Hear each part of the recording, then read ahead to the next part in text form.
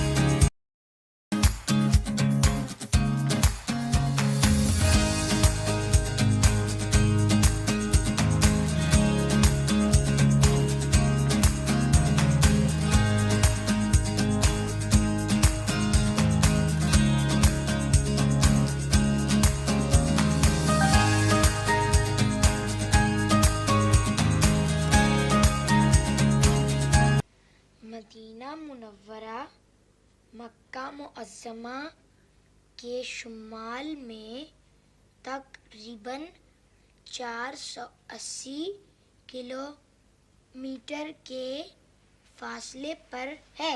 Good. आप नहीं जानती आंटी, वो मेरे पापा के पीछे ही पड़ गई। अच्छा, शादी करना चाहती है उनसे।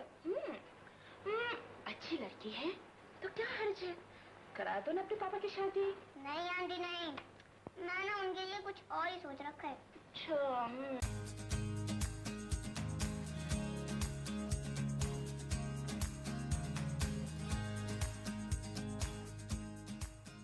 तो दूसरे चैनल की तरह मैं शुरू में नहीं कहता कि मेरे चैनल को सब्सक्राइब कर दीजिए, लेकिन अभी आपने वीडियो मुकम्मल तौर पर देख ली है।